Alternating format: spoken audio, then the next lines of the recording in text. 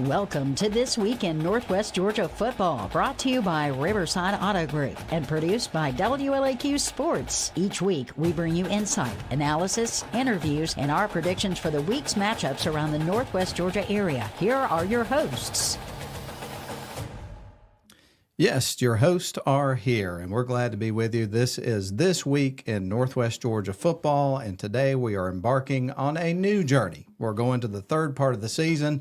We're going to be talking some playoff football here on this episode. How you doing, Ian? I'm doing good. Coming in off on the off week last week. The whole state was silent when it came to high school football. So just glad to be back in the studio and chatting playoffs. So I'm kind of putting you on the spot here, but related to that, having the bye week at the end of the regular season, how do you feel about that? I'm not trying to start a political discussion or anything. I'm just curious. It's interesting. There's scenarios where teams are going to have a bye in the playoffs anyway. You've talked a lot about that.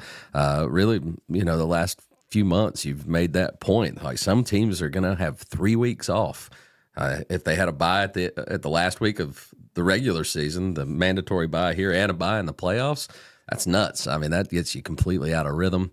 So I'm sure the coaches, depending on the health of their roster, probably would err on the side of let's just get this thing rolling, stay in the routine. But me personally, I enjoyed my week off. I sat at home on a Friday night and hung out with my kids and got re-energized for playoff football. Yeah, that's same here. I had a great weekend last weekend, and one of the things that I did on a Friday night, which is unusual for this time of year, is I sat there and watched college basketball. I watched the Kansas-North Carolina game and enjoyed it thoroughly, and then spent my Saturday watching college football and that sort of thing. And no, I did not get up early the next morning and watch the Falcons get beaten overtime. I kind of gave up on that. So. Well, I'm a glutton for punishment. I watched my college team roll over and play dead, and then decided to do the same with my pro team the next morning at 9:30. I guess, like I said, I'm a sucker for punishment. I hear you, man. I hear you.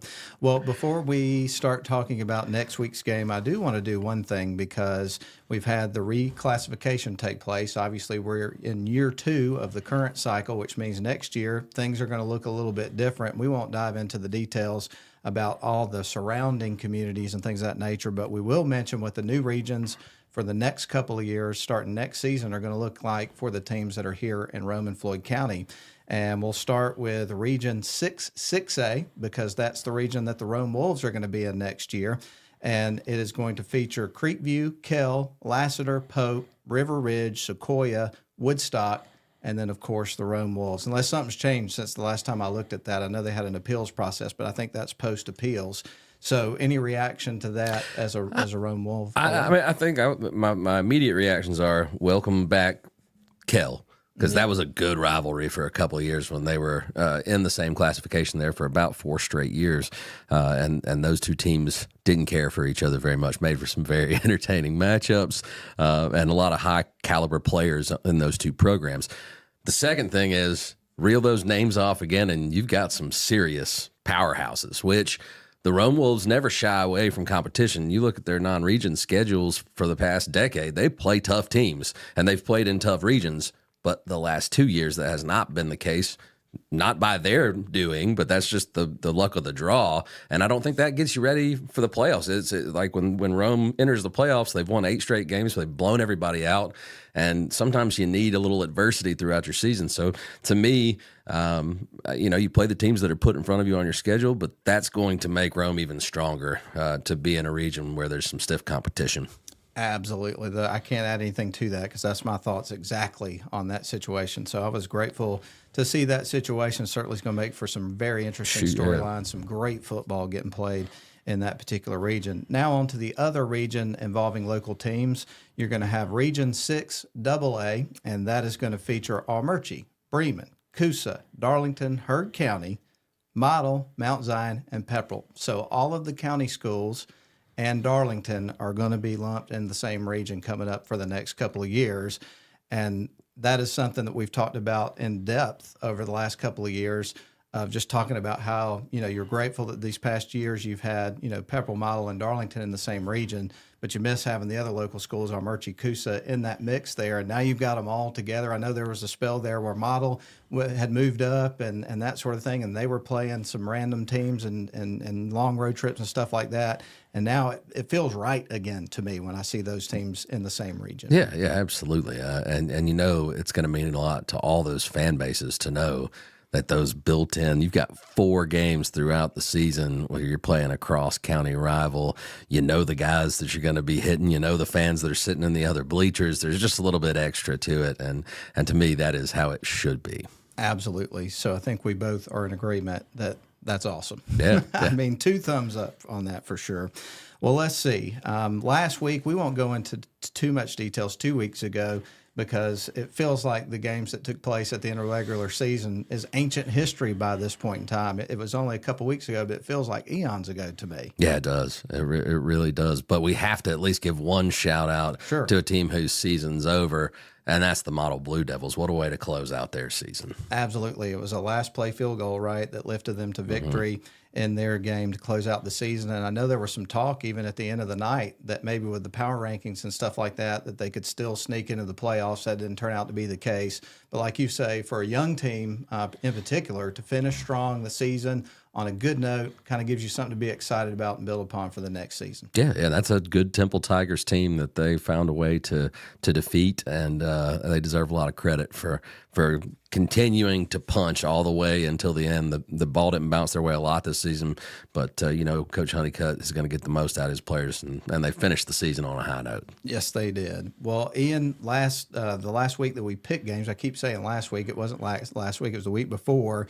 but we picked the same, and we both went 5-2. So that means that going into the first round of the playoffs, I have a 5-game lead. I'm 62-17. Meanwhile, you are 57-22.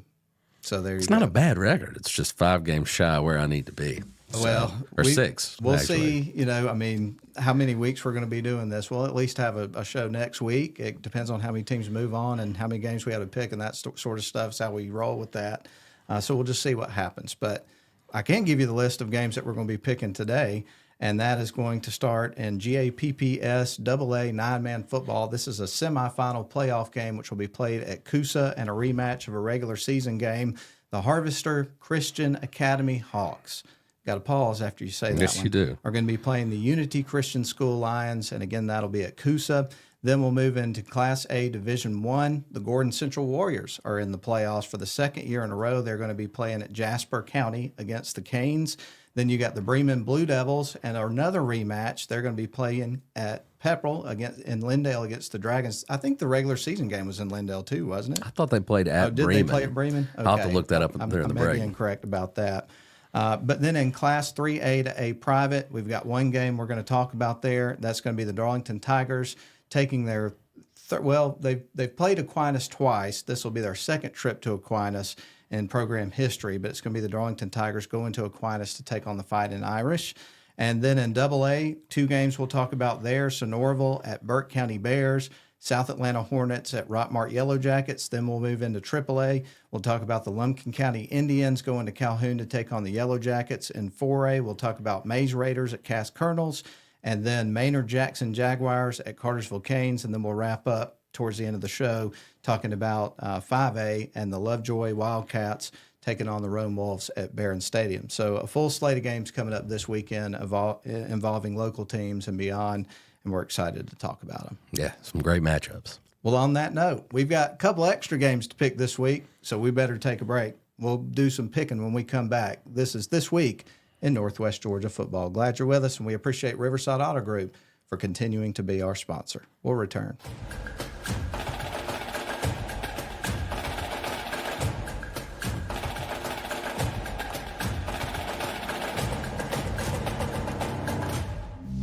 Are you shopping for a new car, truck, or SUV? Riverside Auto Group has a location to meet your needs. Browse their selection online at riversideautogroup.com or visit with them in person at Riverside Chevrolet GMC in Rome, Riverside Toyota in Rome, Riverside Nissan in Rome, or Riverside GMC Cadillac in Cartersville. Locally owned and operated by the Welburn family since 1974. That's Riverside Auto Group.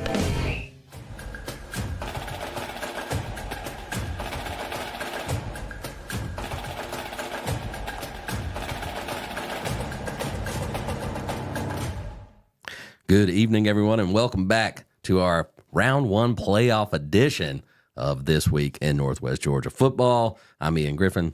That's the man, Matt Davis, and we're ready to do some picking and grinning. Yes, sir. Let's go ahead and jump right in, and we're going to start in GAPPS AA 9-man football. It's a semifinal game as we start our playoff picks. We're going to talk about Harvester Christian Academy Hawks at 7-4. Playing against Unity Christian School Lions, unblemished 10-0 record.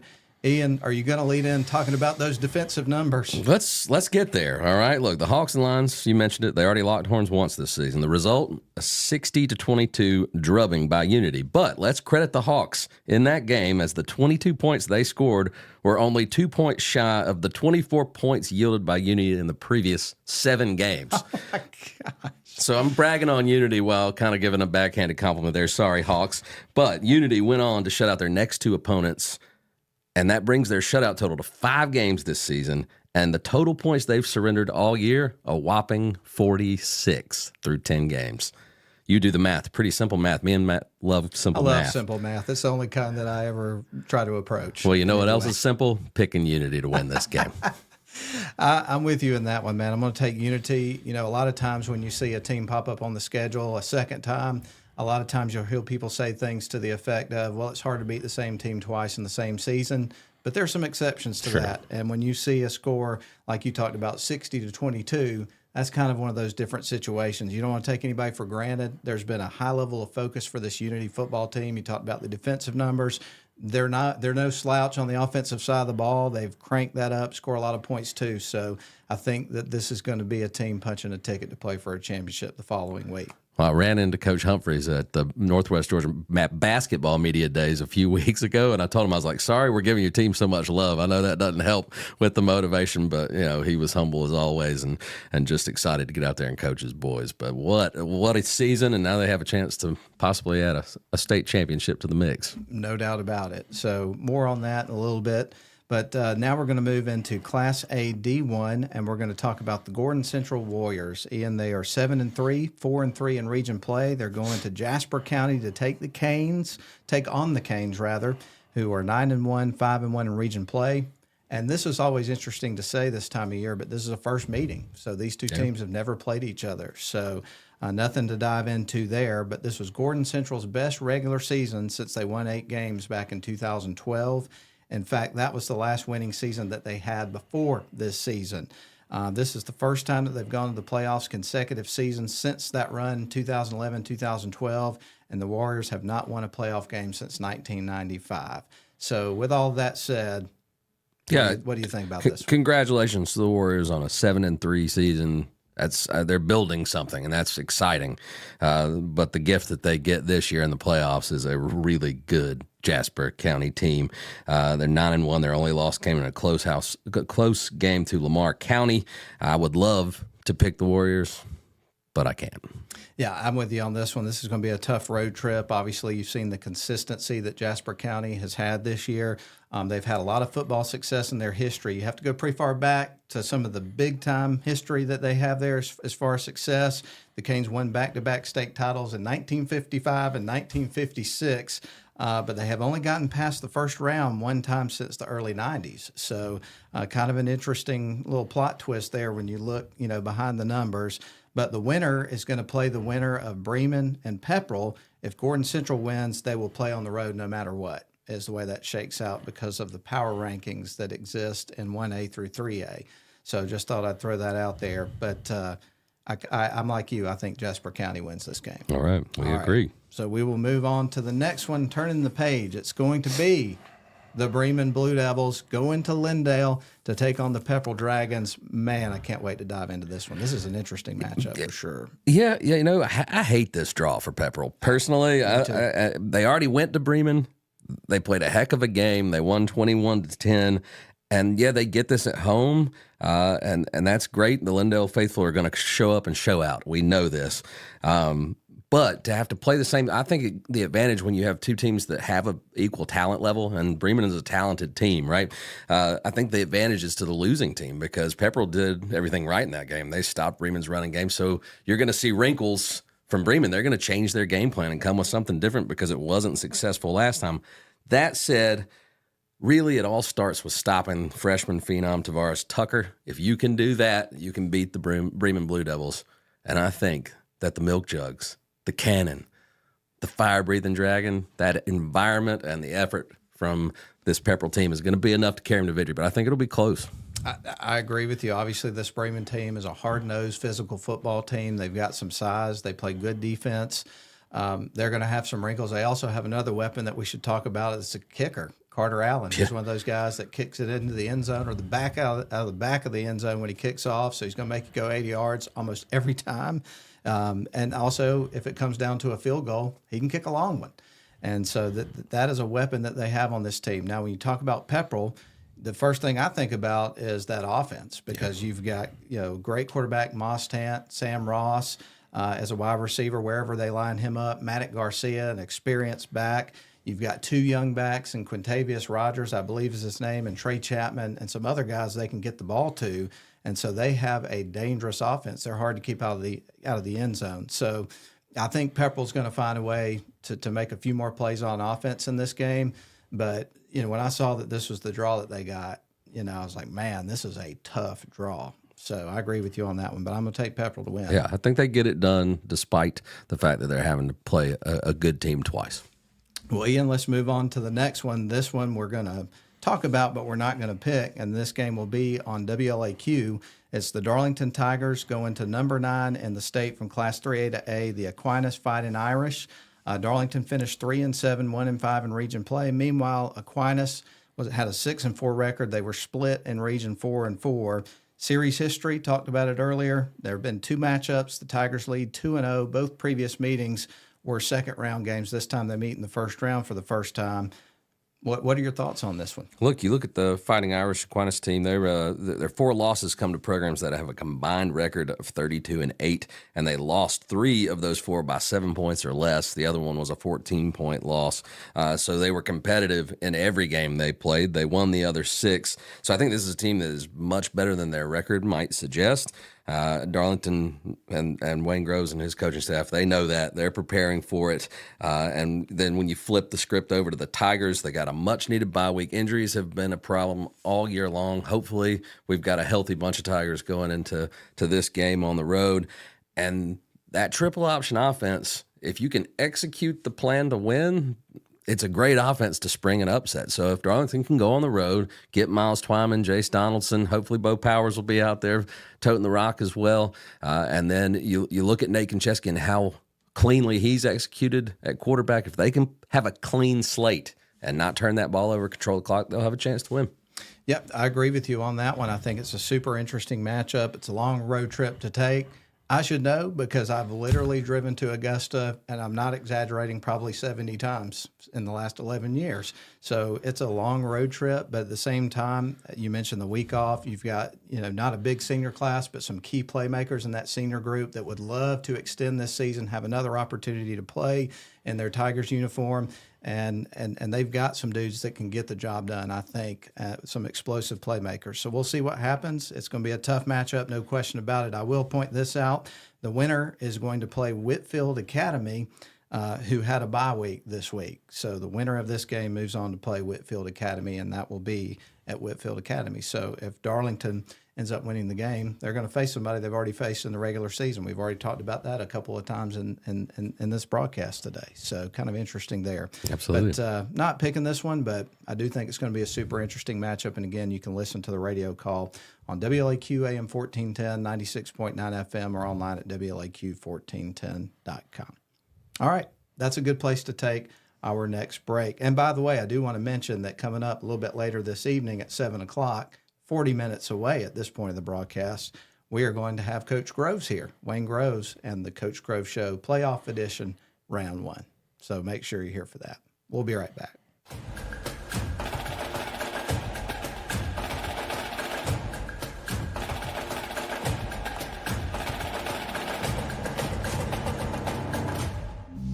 Are you shopping for a new car, truck, or SUV? Riverside Auto Group has a location to meet your needs. Browse their selection online at riversideautogroup.com or visit with them in person at Riverside Chevrolet GMC in Rome, Riverside Toyota in Rome, Riverside Nissan in Rome, or Riverside GMC Cadillac in Cartersville. Locally owned and operated by the Welburn family since 1974. That's Riverside Auto Group.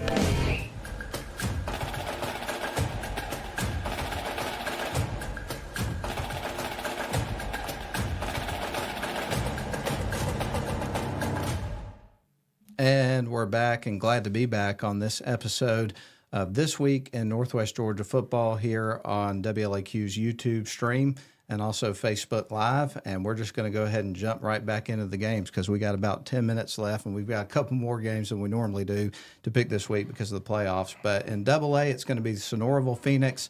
Tough road trip here to Burke County to take on the Bears. It's the first meeting between these two teams. How do you think it's going to go for the Sonoraville Phoenix? Phoenix dropped 4 of their last 5 games, but those losses came to Rockmart, Ringgold, LFO, North Murray. Very good teams. I think the Phoenix are a good team, but I think Burke County at home is going to be too much. I agree. I think this is one of those situations. The playoffs is all about the kind of draw that you get. Mm-hmm. And when you look at this Burke County program, you know, they've experienced a lot of playoff success in recent years. They won a state championship in 2011. They played for one last season, and between all of that, they made it to the quarterfinals multiple times. So this is a team that is in this situation often and has success often. So I'm going to take Burke County to win the game. But what a great season here for the Sonoraville Phoenix, and hopefully they can pull off the upset and take it on to the second round. Right. Next game up is going to be, and by the way, the winner of that game is going to play either East Jackson or Columbia. The next game is going to be the South Atlanta Hornets at 3-7, 1-3 in region play, going to number 4 in the state, Rockmart Yellow Jackets, 9-1, 8-0, just picked up their 9th consecutive region championship, and they're rolling right now, Ian. Yes, they are. Here they are again, in a position to make a deep run. Maybe this is the year they get to the championship game and bring home the ultimate glory. But what Coach Parson has built there is amazing. He's got his son, a freshman, playing quarterback. The offense is playing lights out. The defense is playing lights out. Not a chance, South Atlanta. Eat some pizza farm before the game if you want to, because you're not leaving the Rock with a win. I agree with you 100% on this one. Series history-wise, Rockmart leads at 1-0. These two teams locked horns in the first round in 2018.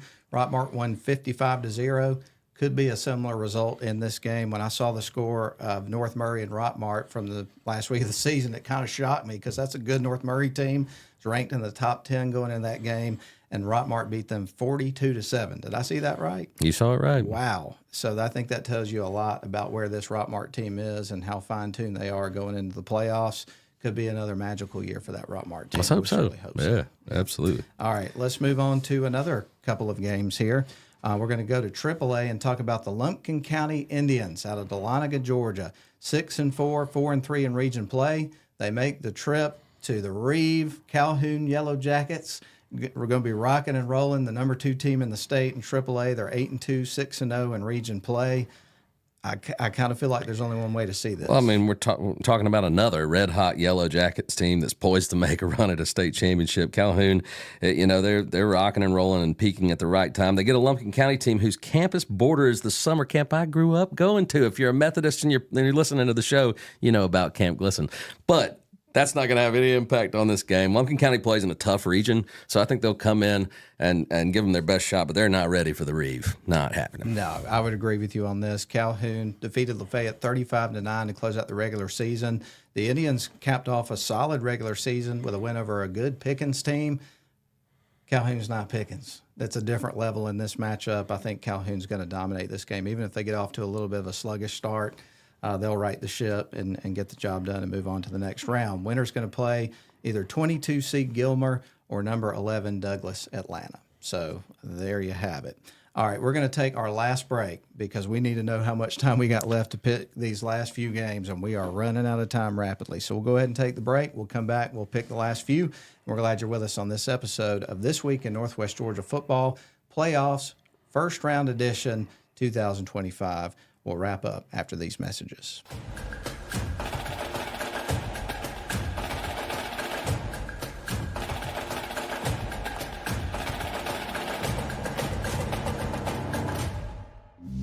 Are you shopping for a new car, truck, or SUV? Riverside Auto Group has a location to meet your needs. Browse their selection online at riversideautogroup.com or visit with them in person at Riverside Chevrolet GMC in Rome, Riverside Toyota in Rome, Riverside Nissan in Rome, or Riverside GMC Cadillac in Cartersville. Locally owned and operated by the Welburn family since 1974. That's Riverside Auto Group.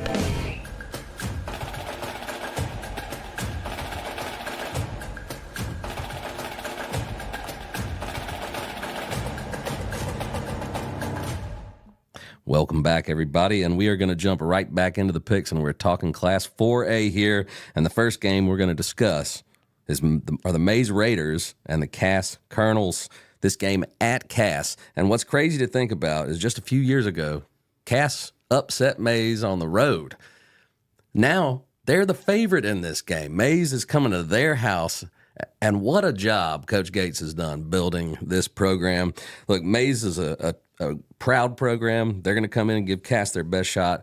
But I think the difference in this game is the home crowd is going to be fired up for this home playoff game. And I think Brody McWhorter, when you've got a quarterback like that can make plays, you're going to be in just about every game you play. Cass wins this one for the home crowd. And this is another thing to add to that, Ian, is when you look at the two matchups between these two teams in school history, only two, but they were both decided by 10 points or less, and it almost feels like there's a little rivalry here because of just a couple of different matchups, which I think is kind of interesting. But, you know, Cass is one of those teams finished the regular season on the 24th of October, so they have not played a game in a little while. We talked about that at the beginning of the week, or at the beginning of the show, how that has shaken out in terms of having that bye week, and teams that finished earlier, do they have to shake some rust off? It could be the case for some, and we'll see what happens. But I think this Cass team is dialed in. I think they're a well-oiled machine. And to your point, I think that Coach Gates has come up with some strategies to keep guys sharp and in the rhythm of the season. And so even if there is some rust, they'll get that shaken off pretty quickly, I think. Plus, I think there's a little leftover hunger from last year. The injuries keeping them out of the playoffs last year. I think they're hungry. They'll be ready. I think so, too. No shortage of motivation in this one. Should be a fun ball game. But I agree with you. I think the Cass Colonels will be the victors at the end of the night. All right, winner of that game is going to play either East Forsyth or Benedictine. It's going to be Benedictine. You can mark that. But, boy, that's a good football team and a good football program. Well, we're going to move on. Maynard Jackson Jaguars going to Cartersville to take on the Canes, the number 2 team in the state. How do you see this one shaking out? There is a hurricane warning that is statewide in Class 4A. No way the Jags are getting out of Weinman with a win. Hurricanes. Yeah, eye-popping numbers that you've seen from Cartersville. They've scored nearly 46 points a game. They give up less than a couple of touchdowns a game en route to an unblemished record for the season. And they play some tough teams throughout the course of the year. So this is a well-oiled, very talented group of Hurricanes. So I'm with you. I think they're going to advance to the next round. And let's see. I did not mark who the winner of that game would play, so I can't give you that information. Sorry about that, folks. But nonetheless, we'll move on to our last game real quick. We got about 2 minutes left. We're moving into 5A, and the Lovejoy Wildcats, they're going to Rome to take on the Rome Wolves at Barron Stadium. First meeting between these two teams. Give us a little insight there. I mean, my insight here, going back to the opening, talking about the reclassification and the lack of challenge that Rome faced from its region competition. I think while the Wildcats are outmatched here, the Wolves are going to win this game. I think it would actually benefit the Wolves to be tested a little, face a little adversity. I don't think that's going to happen, though. I really don't. I think the Wildcats' record makes them look a little more menacing than they really are. But when you look at the region, I think Rome ends up winning this by 3 scores or more. Oh, I'm with you on that one, man. When you look at this Rome team, obviously the adversity that they faced was in the non-region schedule at the beginning of the year. And I think this is where, even though that was, multiple weeks ago, I think that, some of that is going to pay some dividends in this situation, because these kids have seen some good football teams at the beginning of the season.